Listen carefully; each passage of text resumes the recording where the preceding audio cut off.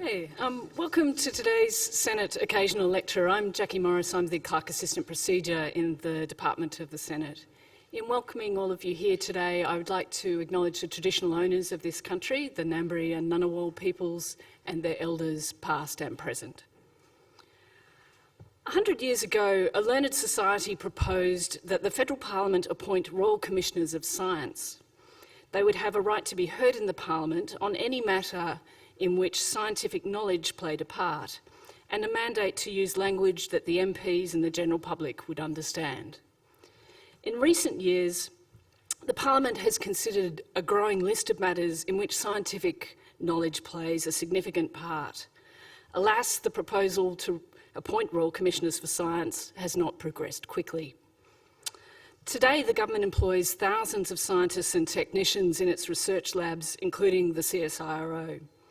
While they may not have a representative in the Parliament, their significant contribution to public life is the subject of today's lecture. I'm pleased to introduce our speaker, the Chief Scientist of the CSIRO, Dr. Cathy Foley. Dr. Foley is an award-winning researcher and team leader in solid-state physics.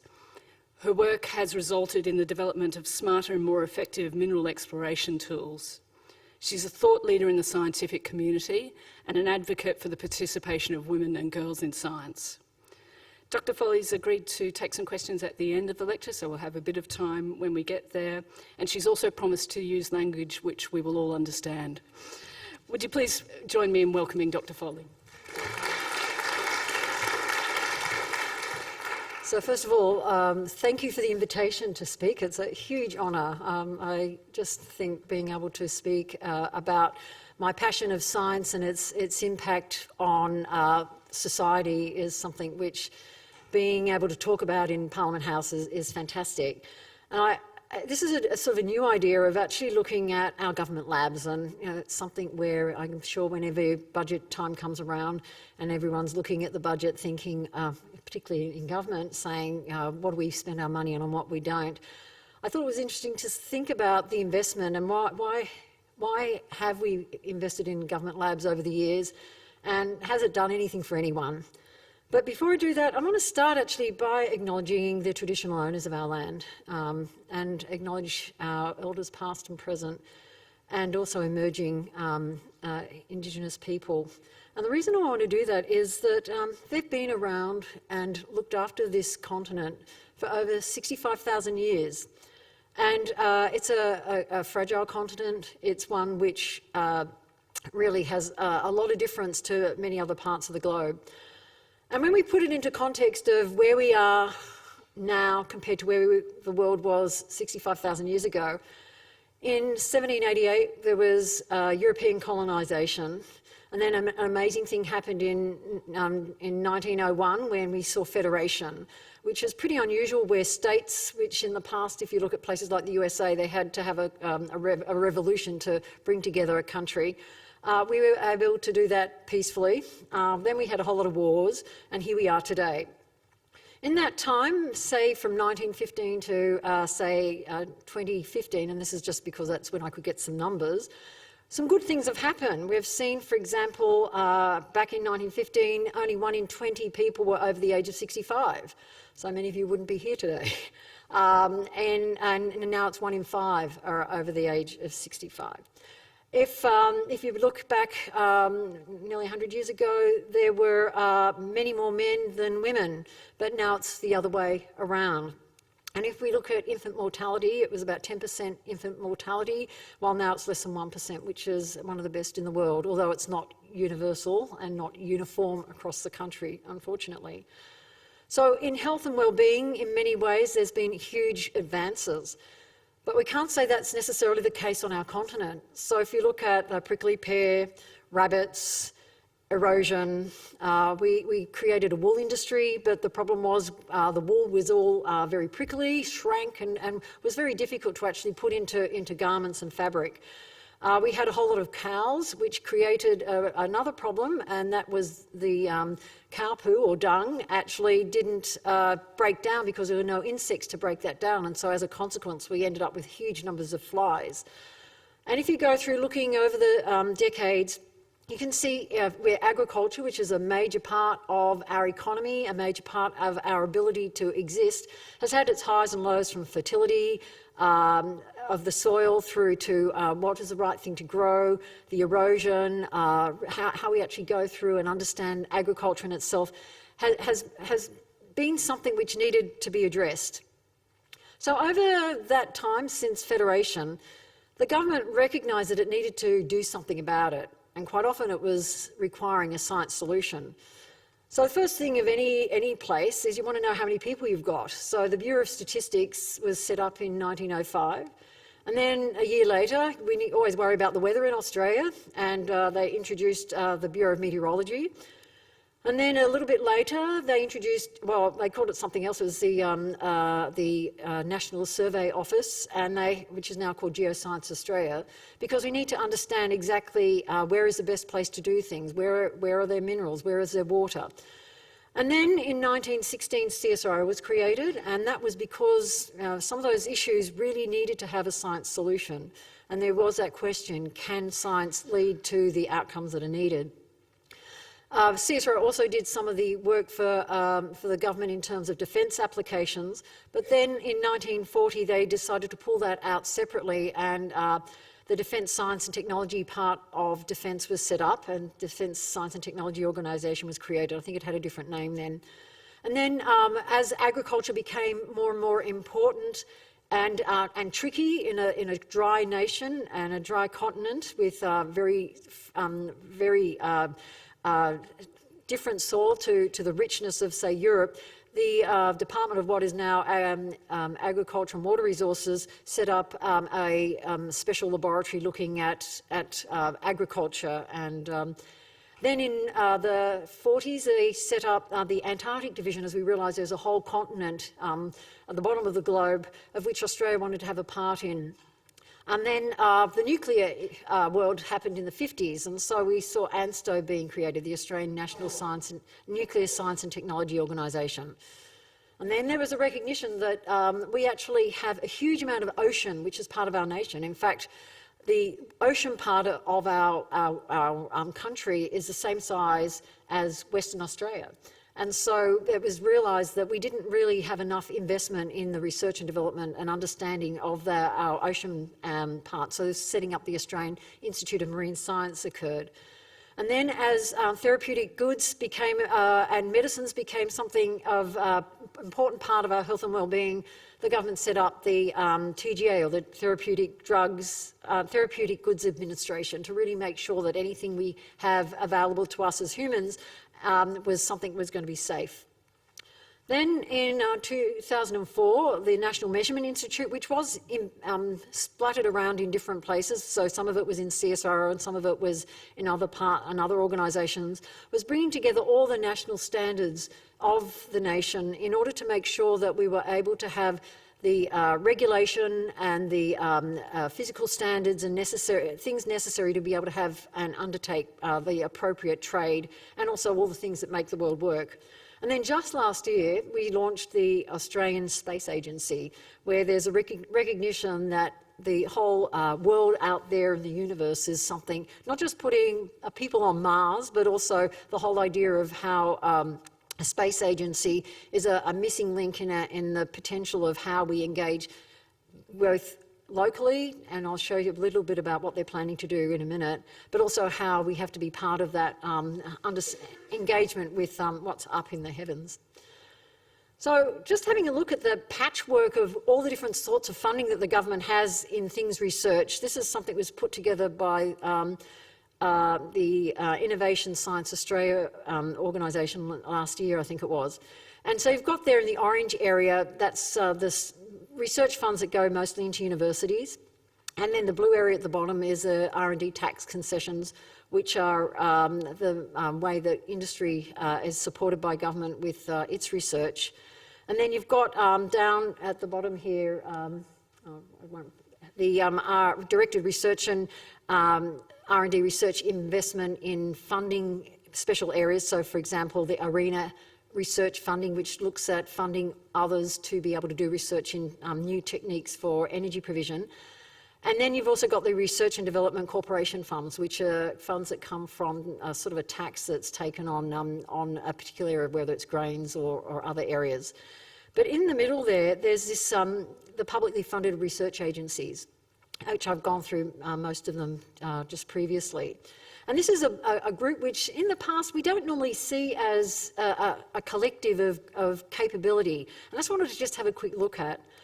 So the government puts about $2 billion worth of appropriation into those government labs, and they augment this by a range of what we call revenue, whether it might be some of the funds that come from competitive grants such as from ARENA, or it also might be from engagement with industry and end users. So that's, so that funding is heavily leveraged. It actually employs 20,000 people, which means that there's a whole career pathway which has just been ignored, because it's not often we say do a degree in science, and people think often as a university is the only pathway to being a researcher.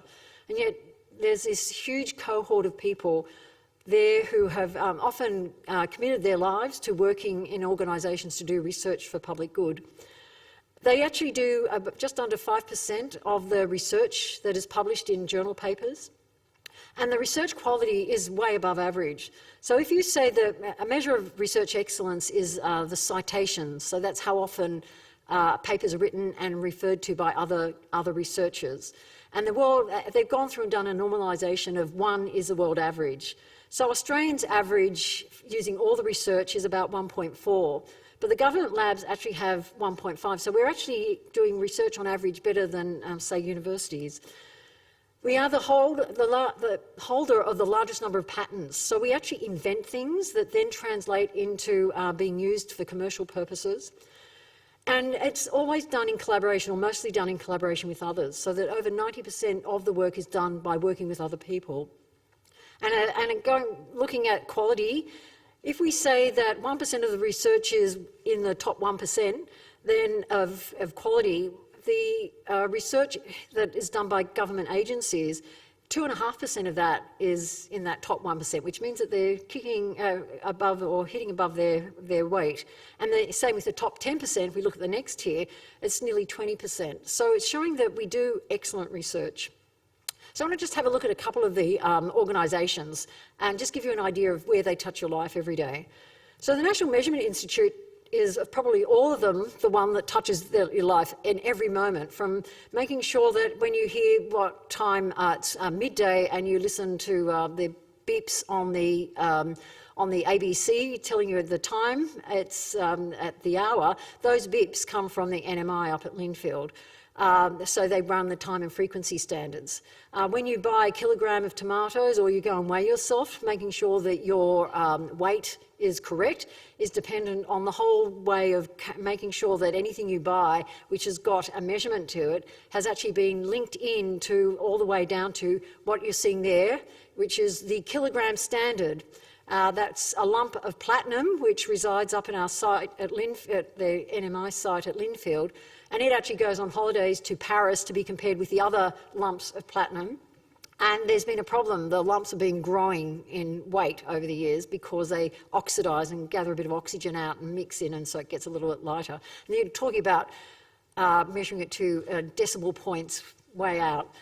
So last month, something very exciting happened, and that was they changed it's the only physical standard. And up until then, they had actually been looking at can we, instead of having our standard dependent on a lump of metal, can we actually do it where it's based on a physical constant? Because then we can make sure that it always goes back to something which doesn't change. So some work was done within Australia over many years, and what you're looking at there is the most perfect ball in the world. And that's a ball of silicon, and going back to your chemistry days, the Avogadro's number is sort of a standard chemical number that says how many atoms are in a certain container, what they call a mole. And it's used as a way of just being able to identify lumps of and compare lumps of amounts of materials. So they've been able to use that silicon ball and go back and say that the kilogram is now linked to what's called Planck's constant. And so that means that we no longer have to worry about the kilogram and our weights slowly going up, that we can actually now have a a standard in weight that goes all the way back to a constant which doesn't change. So the NMI actually has a huge influence on you. So when you buy your petrol, that you make sure that regardless of the weather and the temperature, you still get your litre per whatever it is, $1.50 a litre or whatever, through to making sure that when you get your blood tests done, that they actually are correct, because they go through making sure that they accredit the way that's done. Very important part. ANSTA, the Australian Nuclear Science and Technology Organisation, actually touches many people. They deliver 10,000 patient doses of nuclear material every week. And 1 in 2 Australians are going to be benefiting from nuclear medicine sometime in their lifetime. As well as the research, fundamental research they do in understanding materials through having the engagement of materials with neutrons, as well as engaging with industry, particularly understanding things relating to the structure of, for example, hardware that's used for building bridges and locomotives and things like that.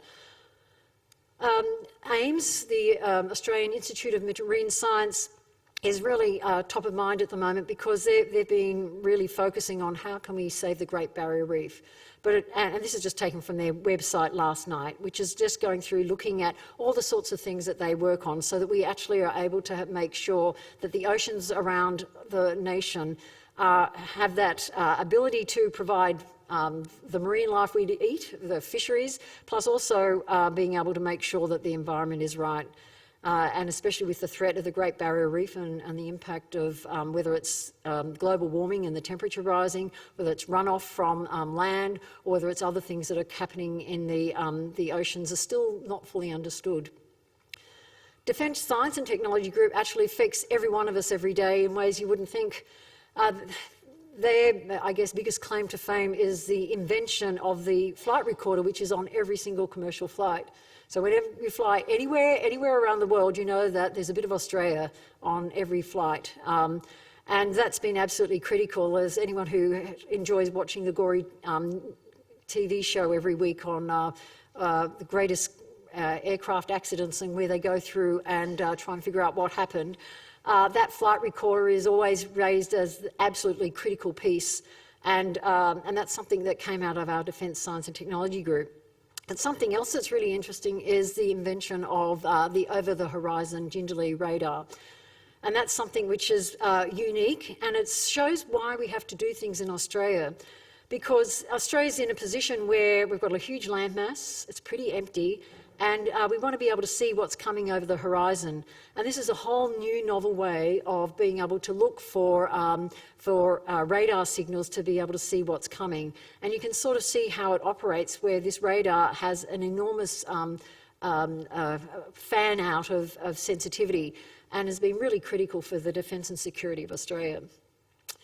The Bureau of Meteorology is one which, as I mentioned before, Australia loves worrying about the weather for good reason. And in fact, the Bureau of Meteorology measures weather, and every day when you look at it on the news or look at it on your phone, that's where the information comes from. And it's actually one of Australia's top websites. So along with Google and Facebook, Bureau of Meteorology is, depending on who's done the measurement, somewhere between the top 10 and top 50. So it's something which not only providing a service, but is absolutely critical, because it allows us to plan and look into the future to make sure that we're ready for particularly major events. And then just finally, the Australian Space Agency, which started last year. And their aim is to develop civil science priorities for looking at, can we have our positioning and navigation better, Earth observation, so that we can use information from satellites to actually understand what's happening, so that we can do things such as look at migration of birds or weeds to fight biosecurity better. Communications and technology services, situational awareness and debris monitoring up in space. Seeing if we can leapfrog our research and development so that we can create a whole new industry for Australia, looking at robotics and automation and access to space. So these are things which are very exciting and hugely inspiring, particularly for young people. I know in a couple of weeks' time we're going to be seeing 50 years since we had put a person on the moon, and Australia was deeply involved with that, and this is a good timing for us to use that to particularly inspire our youth generation coming through to think about science and technology as being a career path for them and something to inspire them to realise that the future jobs, the future prosperity for the nation really does depend on them choosing to do science and maths at school and possibly thinking about doing it degrees in science at university and working in a whole range of different industries that will be dependent on this sort of technologies. So I actually think that government labs are hidden gems. They're mission directed, so it's not like they just go off and do whatever they want to research on. They actually are working for a purpose. They've got government support, which is absolutely critical, but they're able to leverage that because of the importance of their work by engaging with others. The work they do protects our population, which is really important. It supports the economy, and it has extraordinary long-term effects. It's full of committed people, and that's something which is really interesting. Many of the people who work in the organisation have worked there for decades because of that longevity of the work that they do, because it's not just something which is a quick solution, but it's something where there's a whole swathe of work that needs to be done over a period of time to solve a problem. And I'm going to talk a bit more about that in a minute. So they've worked for many, many years, and it's, I think, a hidden career opportunity, because I think a lot of people don't realise that there's a pathway there, which I think would be great to open up. I think it's value for money. And collectively, it means that we're, as a nation, ready for anything, and that we're able to pull together what's necessary to solve the major challenges that keep turning up on our doorstep. And I think as a nation, I think it'd be great if we could be proud of that and inspire everyone to think that there's work that is being done that is using the brilliance of human minds to be able to really turn things around and be able to solve some of those difficult problems that we've made for ourselves in some cases. So I want to now, working for CSIRO, have a little bit of a focus on our organisation and use it as a case study to give you an idea of how we're thinking and how we're also shifting as time's going on, because the world is changing. So let's just look at the history a little bit. If we go back to 1916, when Billy Hughes finally announced the creation of CSIRO, it was started with $500,000 in today's term. It was £5,000 back then. So whenever any of our staff complain about our budget, I always point out, well, actually, we've come a long way. But the thing is interesting, this is a newspaper article I found in the archives from the National Library, and it was written in the 60s, and it had a little quote in it, which I think is still relevant today. And that is, wherever you go in this country, you will find some evidence of the activity of CSIRO as an institution that has proved of inestimable value of the nation's progress. And I think that's what we do aspire to, not just in CSIRO, but all government labs, is that we're here to actually contribute to the progress of the nation. So remember the problems that I mentioned earlier on, the prickly pear? Well, CSIRO was set up originally to deal with that problem and introduce the Cactoblastis moth, which was able to keep it under control. And although there's been some bad examples of introduced pests such as the dreaded cane toad, CSIRO had nothing to do with that, and that's a good example of when you should have asked CSIRO to do that. The rabbits, so the rabbits are a huge problem, and we introduced the myxomatosis and more recently the calicivirus to keep rabbits under control. In the 1940s, during World War II, CSIRO developed the first radar system.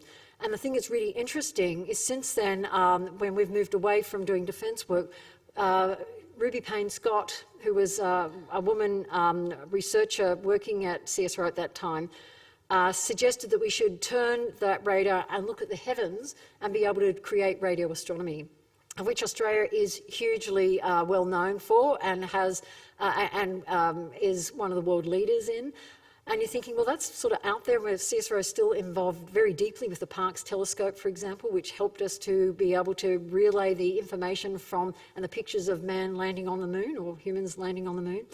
But the thing that's also interesting is that this research led to a whole lot of new things, such as better communications.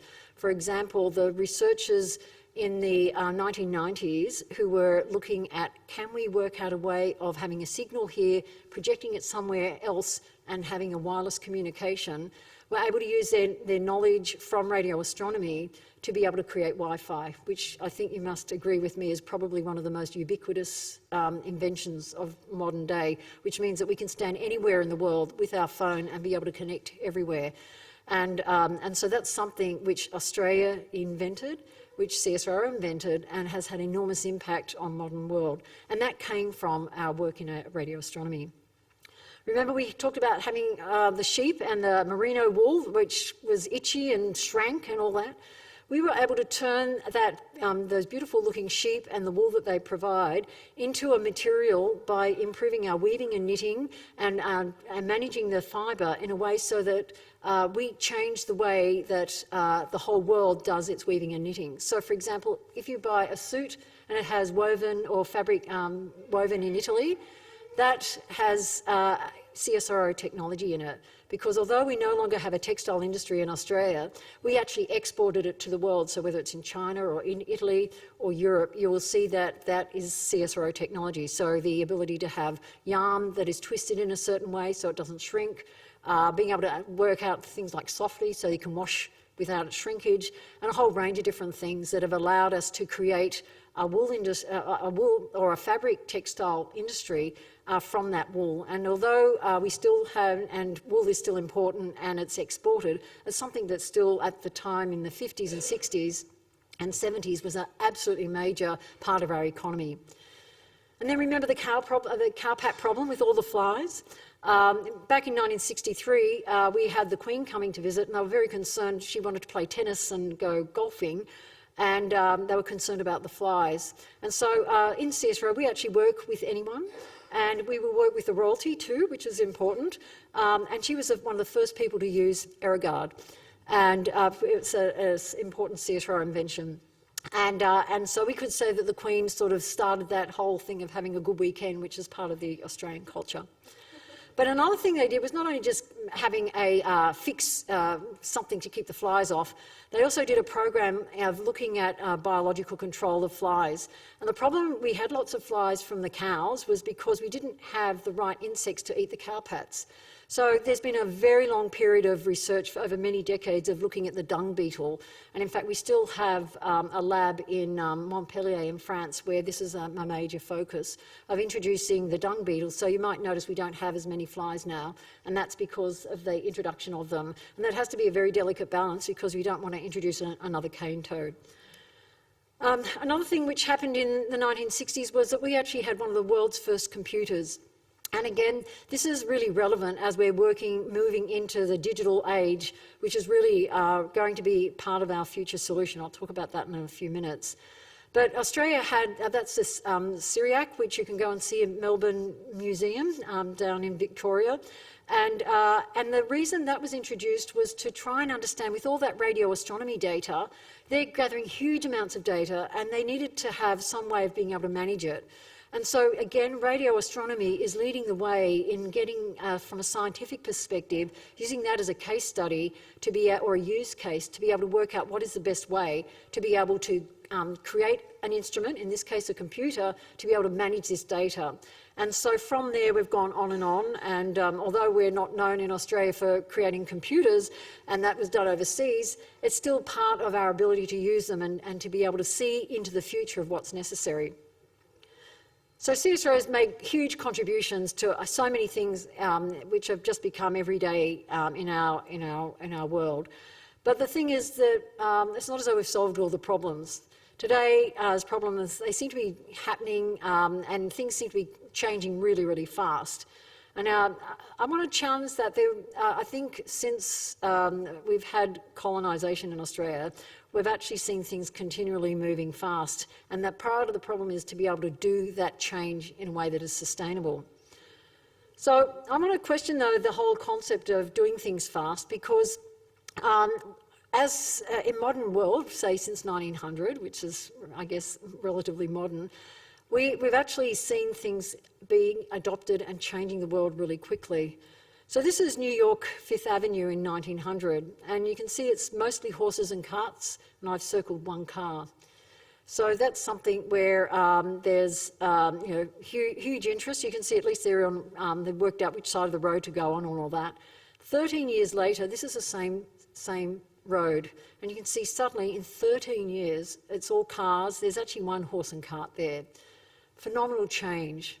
And the thing that's really interesting is that you will see rapid change happen when you have not just the right technology, but you also have to have the business model that works so that people will adopt it. And so in this case, it's the Ford Motor Car Company being able to work out how to create the high throughput of manufacturing and, the production line approach to manufacturing, and also having it so that it's done cheaply so that anybody could afford to buy a car. So it's that whole mentality. And we've seen that happening with things like Amazon, with their business model for buying books over the internet. They actually sell the books at cost. What they make their money by investing them. When you pay your bill, they don't pay their bills for 30 days. They invest their money and they make their money by investment, not by actually selling books. It's probably changed since then, but that was their original one. With iTunes, again, that's about to change, but people will buy things by downloading it on the internet. Even though the quality of the music is poor, it's convenience and it's a new model based on technology. What's going to happen in the future with driverless cars? Who knows? But that's we still have to change 700 laws before we can actually have driverless cars and work out. But there's huge issues then when we start thinking about things such as cultural things. For example, just say we're in a situation where a driverless car has to make a decision. Do I run over granny or do I run over a child? And it depends on what culture. If you go from a Western culture, we'll say kill the granny, and keep the child. While in Eastern cultures, it's kill the child and keep the granny. So it's one of these things where some of these autonomous systems have got really deep questions which we as a community need to be engaged with. So one of the things that's most important for organisations like CSIRO is that for us to progress our research, we have to be deeply involved with social science, we have to be deeply involved with the ethics, and we have to be deeply involved with society to make sure that you get to choose the way we introduce the technologies. And this is still happening now. So this is in 2005, that's people going and seeing the Pope. And you can see they're sort of looking towards the Pope. And a few years later, this is people in the same room seeing the Pope again. And the thing that now you may not, but we experience life through our mobile phones now. So that it's almost like that already an augmentation where most people don't remember a phone number anymore. They actually rely on their phone. And so this is, again, another example of technologies that have come over, and the whole thing from whether it's Facebook and that is now having some unintended consequences, such as the whole business of the things where people are questioning whether Brexit and the 2016 election was influenced by inappropriate use of, you could call it inappropriate, depends on where you stand, use of advertising on Facebook, which is being used in databases that are able to identify people's preferences and therefore be able to feed information specifically designed to influence you one way or another. These are the sorts of things where science and technology runs into us as humans, and we as a society, I think, need to do better at working out what we accept and what we won't. And that's also probably a role for government to make a decision on when do they have to step in and put rules and regulations in place. So we've got all these problems, all these things happening, and information and knowledge is growing too. So this is Bucky's or Buckminster Fullerene's knowledge curve of saying that we're getting a doubling of every year of knowledge. So we're getting to a point now where we've got so much knowledge, we don't even know how to deal with it. It's a bit like, how many people are able to read the whole newspaper every day or read all the books you want to read, because there's just so much there. So why is it that we've got all this knowledge, yet we're not able to deal with it? Well, the first thing is scientific knowledge is growing, and you can sort of see it's exponential. That's looking at a graph showing the increase in the number of articles over time, and you can see it's whizzing up. And then not every article has a new idea, so the increase in the number of new ideas is also increasing. The number of patents, which are new inventions, are also going up at a great rate. But with all this new knowledge, we're still having trouble that we're getting problems coming up at our doorstep. So drought is a major issue. Murray-Darling Basin, we saw over the Christmas period where all those millions of fish died. The Great Barrier Reef is really under pressure, and we've seen these bleaching events.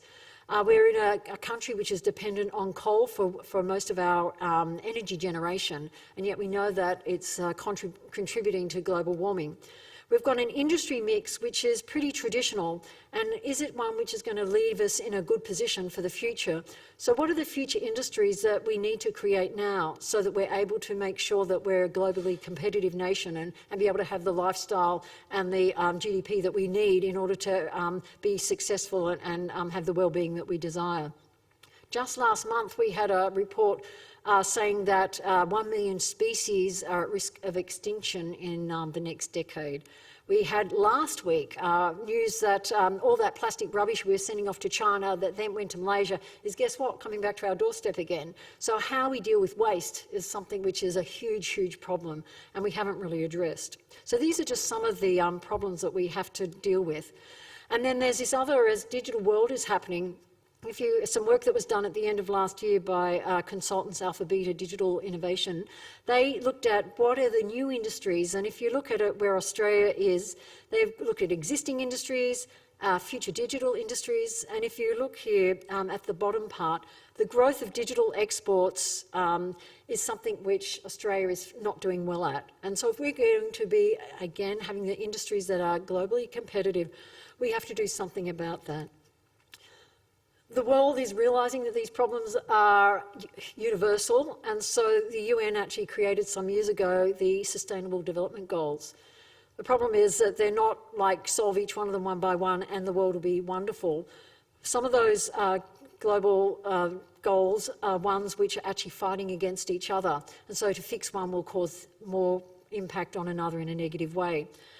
So we used that in CSIRO to try and work out what can we do as an organisation. We've got a fixed budget, and we realise that we're here to do something important. So with all this information, we've sort of asked ourselves, what can we do?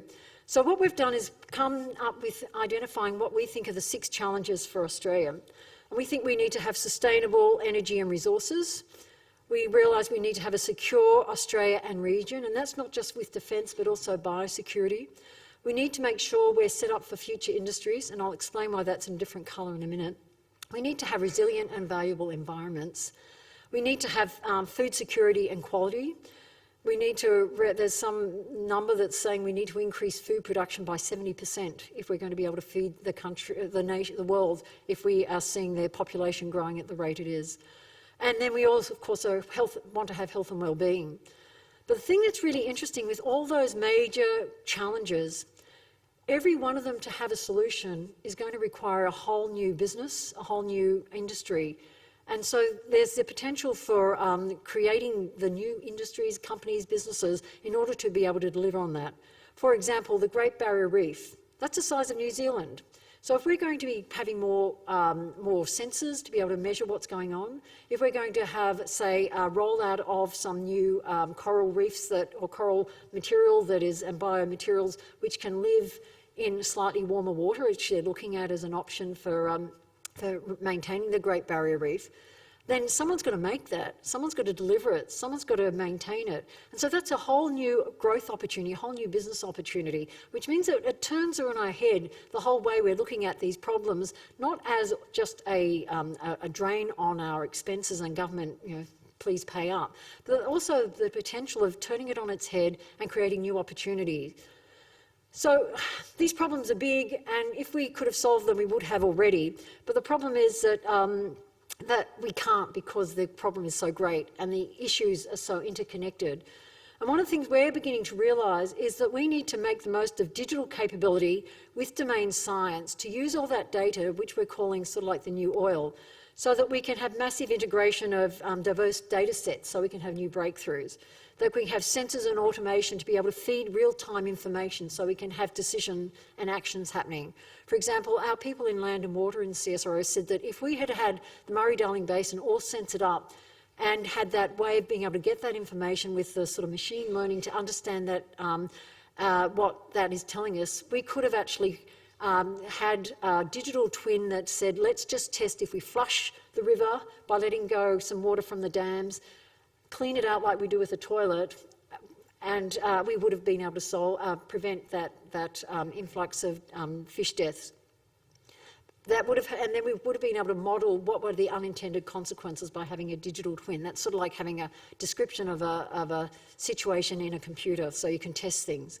So you have making sure that your data is critical and contested, that it's correct, that we actually make sure that we avoid having data monopolies, which we're seeing with Facebook at the moment, where they're holding data, which means that people can't access it, to be able to make sure that we've got that openness to be able to control things so we don't have these unintended consequences or things which may lead to control that have outcomes which may not be best for society, and that we live in a world where we have a digital ecosystem so that we have a cooperative approach. So these are the sorts of things which we think are needed now as we're venturing into how all this data can be used in new ways. The thing is that this all requires artificial intelligence, and DARPA, which is a US defence sort of futuristic science group, have identified a list of priorities last year, and they said artificial intelligence is absolutely critical. Because if we're going to do and work and succeed in answering and solving these problems, we have to do it at a faster pace. So these new tools are going to affect the way scientists do their work. And this is something that's a bit scary as a scientist. So instead of doing animal testing, we actually think we can do organs on chips in the future and have genome foundries that can culture tissues, so that animal testing will be probably a thing of the past. Instead of going into the lab and doing chemical experiments, we'll be able to do chemical experiments in computers, so it will improve the health and well-being of our staff, because chemical experiments are actually quite dangerous, as well as being a lot cheaper. We'll be able to get visualisation of data sets in ways which allows us to have data engaging with our brains in ways that we can see information in different ways. We'll be able to have all those sensors in the field, so instead of people going out and doing field tests every 6 months, then taking 18 months to analyse the data, and then by the time they've got the information, it's out of date, we'll be able to do that in real time and hopefully get to a point where we have that real-time solution. But to do that also requires incredible computing power. And so the CSIRO looks after the Pawsey computer, which is based in Western Australia. We're going to be seeing that happening more and more. That ubiquitous infrastructure is something we need to make sure is accessible. We're looking at what new science needs to be done in artificial intelligence and machine learning, and so we've developed that FSP means Future Science Platform, looking at how to have the data platforms, how to make sure we can extract the features that are necessary to make decisions, how to develop models around them so that we can make those decisions, and how we can have data-driven learning. And with that, we need to make sure we've got the ethics, the responsible research, the robustness and causality and explainability, so that you and everyone in the general public and the community can feel trusted. Okay, so CSIRO's purpose. So with all that background, our purpose is to solve these greatest challenges.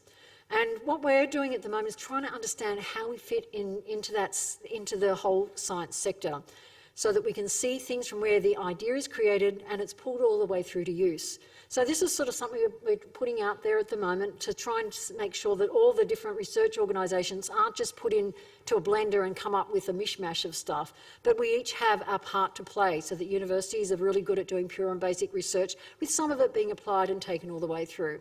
CSIRO at its best is where we're seen as doing some original research or some of that pure and basic stuff, but seeing how it's brought all the way through and applied and taken to scale so it's able to deliver on these challenges.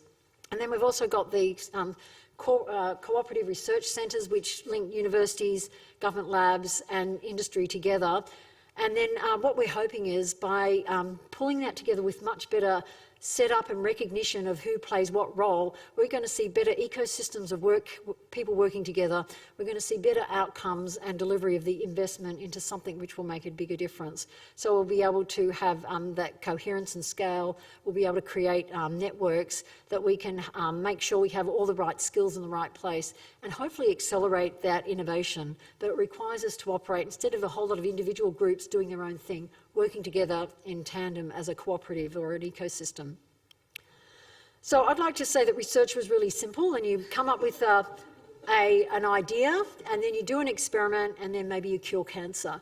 But this is actually the genealogy which Bob Frater, who was one of our very senior people in CSIRO some years ago, he's in his 80s now and a very dear person to CSIRO, he actually put this together trying to track the history or genealogy of the invention of Wi-Fi, to just get across the idea that it's really complex, so that it really requires us to think deeply about how we invest our energies, because it's not as though it's easy to predict which way to go. Those white boxes are the training of the people, and then there's different things along the way where there's pulling information from different places and finally coming up with Wi-Fi.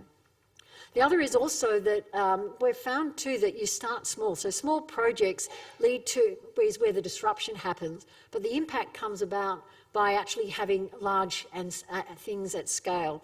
So we want to make sure if we're going to solve these problems that we're not just working on our own, but we're part of pulling together the world's best teams. We want to attract talent. We want to have that scale and focus. We also want to inspire the nation. We want to provide the confidence for students choosing a career. We want to see that we're the land of startups, so 97% of companies in Australia are startup companies. 70% of those have less than 20 people. So we want to inspire people to actually start their company and start translating work from the laboratory by starting up businesses and having it happen here. We realise that focus is needed. We need that linking the sector is needed, and if we do all that, I actually think we're going to address those problems and have the impact that we have. So CSIRO has a track record of doing that, and this is something we want to do better at. We are able to work on the strategic priorities.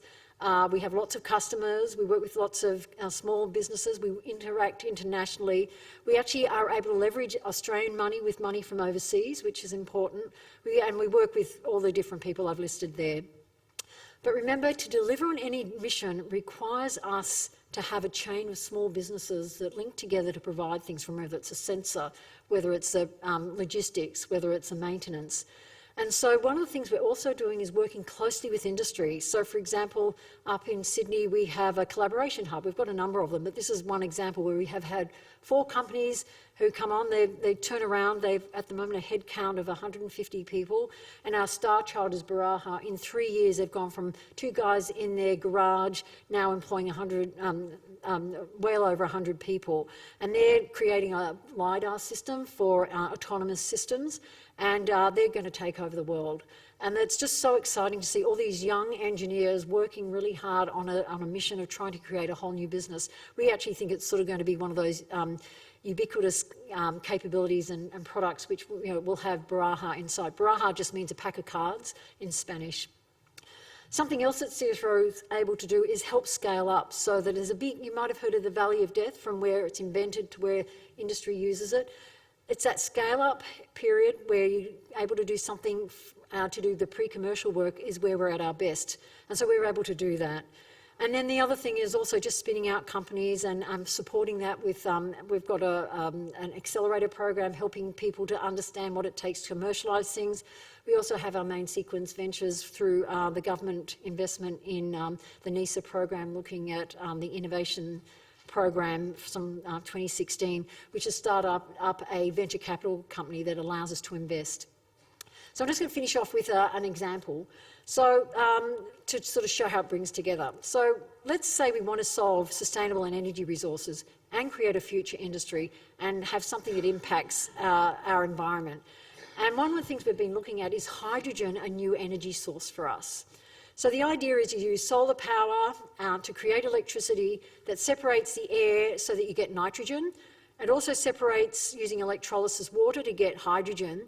You bump that together to create ammonia, and that can be shipped around as a way of exporting, so replacing things like fossil fuels with something like hydrogen. So it'll become a whole new export industry for us.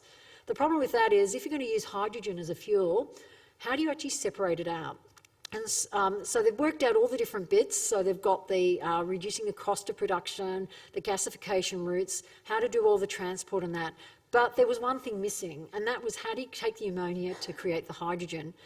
So back in 2007, we funded a small project where one of our clever scientists, again, this idea of disruption done at the small scale, came up with this idea of a membrane where normally I use the platinum one, and he came up with another material, and he was able to produce pure hydrogen, and with that, be able to create that pathway that was missing, that little gap in that sort of critical pathway.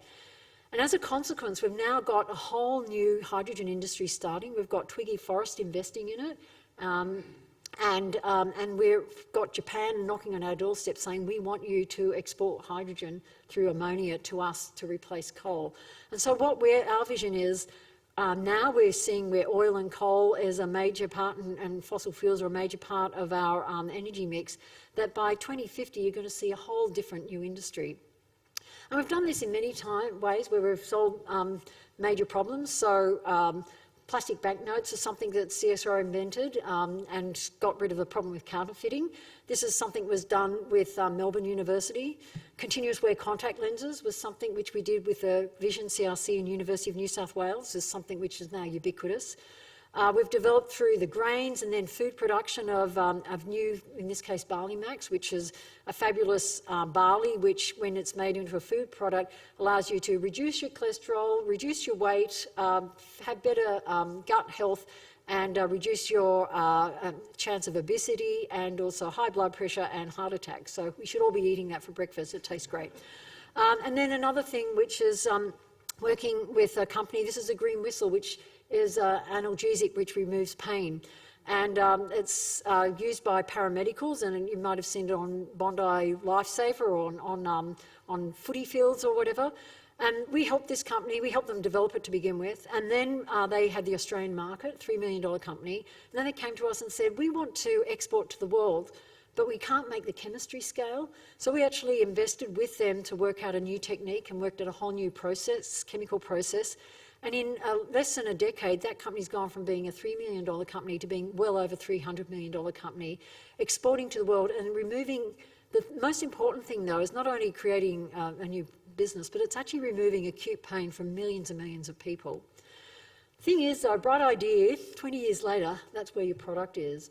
And so one of the things we're trying to look at is, can we accelerate that cycle? There's this thing called the Gartner hype curve, where you start with a great idea, you might see here, innovation trigger, and then everyone's really, really excited, and you get a peak of excitement, and then realisation, oh, it's not going to deliver what we thought it was, a trough of disillusionment, and then eventually, if you hang in there through that valley of death, you get to a point where you get something which becomes ubiquitous. We want to see, can we squash that down, because that's usually a 2030 life cycle. So one of the things we've been doing is saying, can we accelerate our science? And we've created these future science platforms, of which the hydrogen is one of them. And I'll just give you some examples. Can we actually improve the way we look at autonomous design for looking at autonomous systems or robots? And one of the things we're looking at is creating autonomous systems so that they can move humans out of the things that are either repetitive or dangerous. And an example is developing a robotic skin so that it's, you're able to have robots go into, for example, a fire or a dangerous place and be able to remove humans. So that's something where we've now got a whole new material, which is also being used as an early offshoot as a fabric for people going into the ocean, for skins or whatever they call it. But also looking at a whole new way of designing robots, from the materials to the components to robots. And we're actually leading the world in that robotic development. Water technology is absolutely critical. So we're getting to a point where we've got membranes, and no, is not a condom, that is a filter that's being made with graphene. And that's allowing us to not only have the ability to take Sydney Harbour water, which is that young researcher's done, and be able to drink it by passing it through this filter. They've also developed it so it doesn't get biofouling. So suddenly we're going to be able to have water filtration in a way which has just never been done before. We're looking at transforming industries so that they're looking things which are dangerous and big like that to the one at the bottom where it's small and modular and fit for purpose. And then for things like the coral reef, is one where looking at all the sensors and the whole idea of introducing a whole new way of looking at solving problems. So just to finish off, I want to finish with a personal reflection. So when I talked about people who worked in government labs. I'm one of them. I've worked in the organisation for 34.5 years. And during that time, I've had 19 different roles. And when I was a researcher, this is my claim to fame. You might just see it there. What you're looking at is a transmission electron micrograph. And that bit there, which looks like that white line that's going at an angle, that's a grain boundary, which I worked out how to force. That's looking at a high-temperature superconductor. Superconductors are materials that allow electricity to pass through them without any loss of power or energy. And so when you get an MRI done, that's the magnetic field is created by a superconducting magnet. But you can also use that same material to make detectors of very small magnetic fields. The magnetic fields can be as small as the one that comes from your brain or your heart. And so when this new material was discovered 30 years ago, that's what I worked on. And with that, I was able to make a magnetic field detector that is able to detect these small magnetic fields. And with that, I was able to use it for mineral exploration as one application. It's used for others, but this one's the one I'll talk about now. And with that, that's been commercialised, and that has been used to discover nickel sulphide deposits and silver deposits in Australia worth over $6 billion. In fact, I think we're up to about $20 billion worth of mineral deposits have been uncovered by my grain boundary. That single grain boundary. Just by the way, that grain boundary is about a nanometre, and your fingernails will grow about a nanometre in the next minute or two. So just to give you an idea of how small that is. So that's sort of what I've done in CSIRO in some of the things. But when I was in 1975, when I finished high school, I actually had this idea that, because I came from a Catholic background, and the idea of engaging with people of need was something I was interested in. And I worked in Bourke with Aboriginal people there. And I had this realisation that in 1975 there were people living on a mission outside of Bourke, that they had lost their culture, and that it was one where I realised I wanted to change the system. And the thing which I guess I find really exciting in CSIRO at the moment is that I've been able to live that, because I went away, I thought I was going to be a school teacher, but decided that that I love research and that actually I can have a bigger impact by working in a government lab like CSIRO and doing things that make a difference. But all the time in the back of my mind, I've been wondering about my original desire to try and see how can I make a difference, to see whether or not the richness of the knowledge that Indigenous people have, the richness of their culture, can be brought into science. And something which we're doing in CSIRO at the moment is actually recognising that and looking at how we can use Indigenous knowledge to solve challenges. And we're going through a process of co-development to see how we can bring that together to help us understand that. So the way we're organising ourselves at the moment is that we've got those challenges which I mentioned earlier on. We've got the cross-cutting capabilities that are helping us to use different parts of science to solve them. But we're also looking at how we can use Indigenous know-how to be able to inform us on some of the things. And I guess most recently, the realisation of this is happening universally.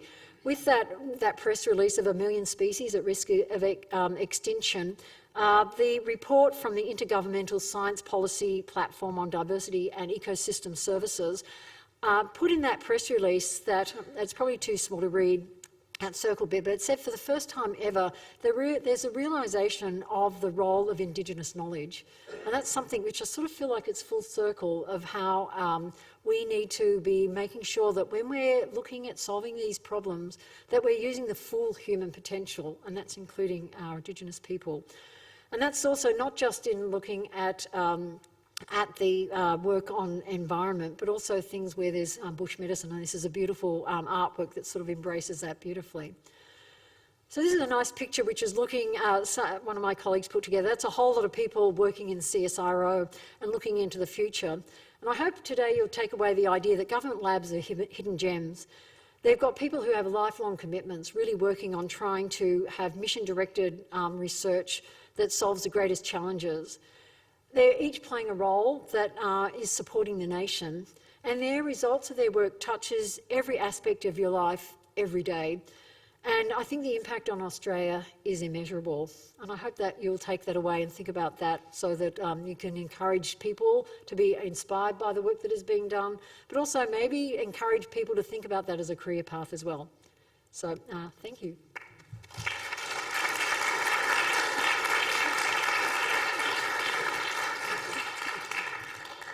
I'm feeling we should have given you at least another hour. I'm sorry, it was wonderful. It really, it's touched on some amazing things. We're pressed for time, but are there a couple of questions? I thought there might be. Why don't we go here and then to you, sir? So, yes, please, yes. Yeah. David Denham is my name. Is it on this thing? It is. Yes, yeah. it is. Good. Thanks very much, Cathy. That was a compelling talk on the importance of science in today's world in Australia.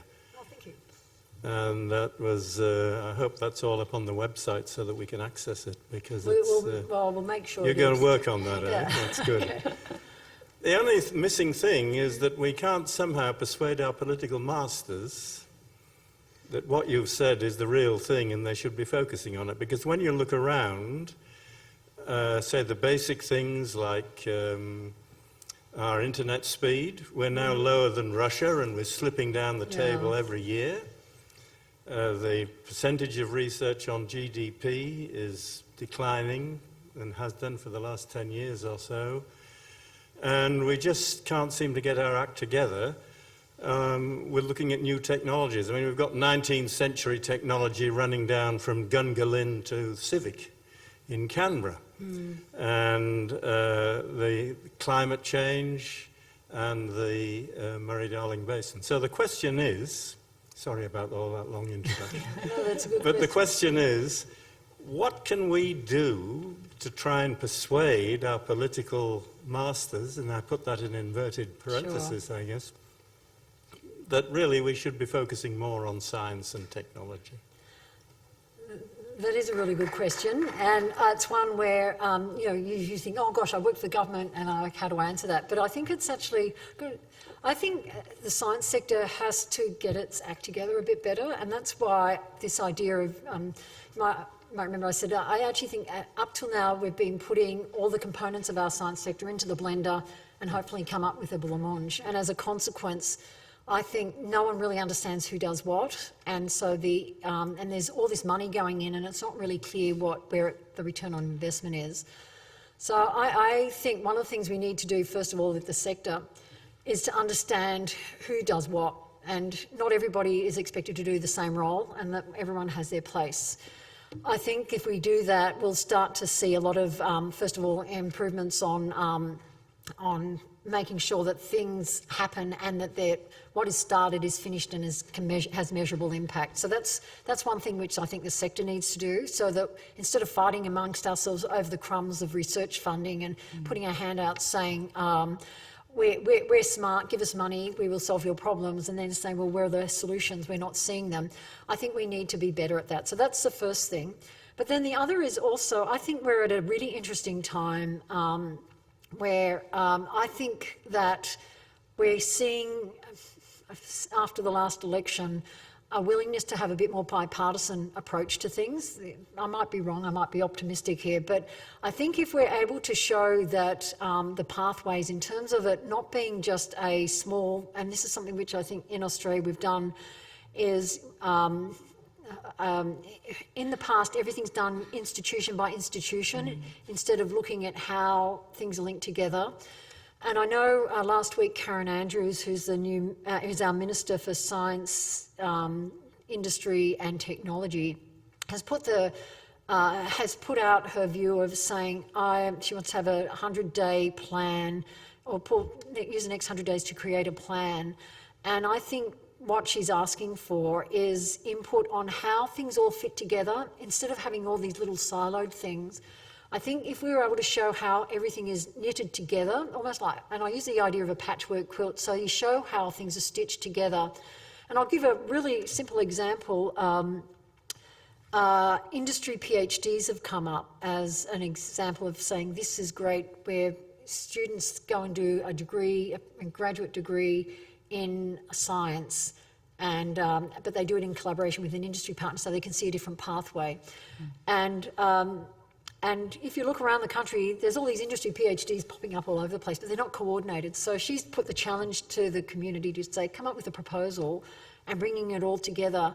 But to do that, you need to also have it as not just a standalone, but it needs to be linked into the pipeline of students wanting to, Australian students wanting to come and do PhDs, because to be frank, the majority of PhD students in Australia are overseas students.